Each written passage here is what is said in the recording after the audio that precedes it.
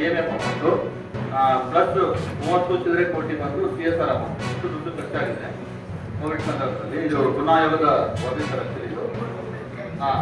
So ಈ report ಅಲ್ಲಿ ಅವರ ಅಬ್ಸರ್ವೇಷನ್ ಪ್ರಕಾರ ನಮ್ಮ ಡಿಸ್ಟ್ರಿಕ್ಟ್ ಆಫೀಸಿಂದ ಖರ್ಚಾಗಿರೋದು ಮತ್ತು ಎಲ್ಲ ತಾಲೂಕಾ ಕಚೇರಿಗಳಲ್ಲಿ ಮತ್ತು DSO ಆಫೀಸು ಮತ್ತು ನ್ಯಾಷನಲ್ ಎಲೆಕ್ಷನ್ NHM ಎಲ್ಲರೂ ಸೇರಿ 38 ಕೋಟಿ 46 ಲಕ್ಷ ಇದು ಸಬ್ಸ್ಕ್ರಿಪ್ಷನ್ ಅಂದ್ರೆ ಇದಕ್ಕೆ ಸರಿಯಾದ ದಾಖಲೆಗಳಿಲ್ಲ ಅಂತ ಹೇಳಿ ಕೊಟ್ಟಿದ್ದಾರೆ.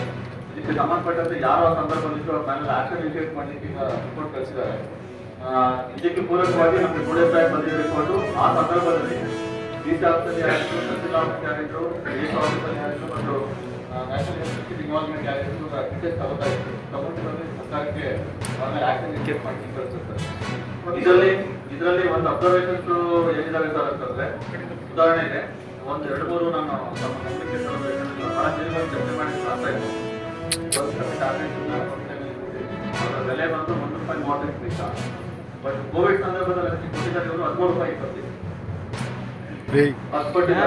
ಆಮೇಲೆ ಟ್ಯಾಬ್ಲೆಟ್ಸ್ ಒಂದು 500 mg ಕೊಟ್ಟಿದ್ದಾರೆ ಇವರು. ಅದರ ಕಾಸ್ಟ್ ಇತ್ತು 42 ಪೈಸಾ. ರಿಪೋರ್ಟ್ ಅಲ್ಲಿ ಅಬ್ಸರ್ವೇಷನ್ ಮಾಡಿದ್ದಾರೆ 87 ಪೈಸೆ ಪೇಮೆಂಟ್ ಮಾಡಿದ್ದಾರೆ ಹೆಲ್ತ್ ಡಿಪಾರ್ಟ್ಮೆಂಟ್.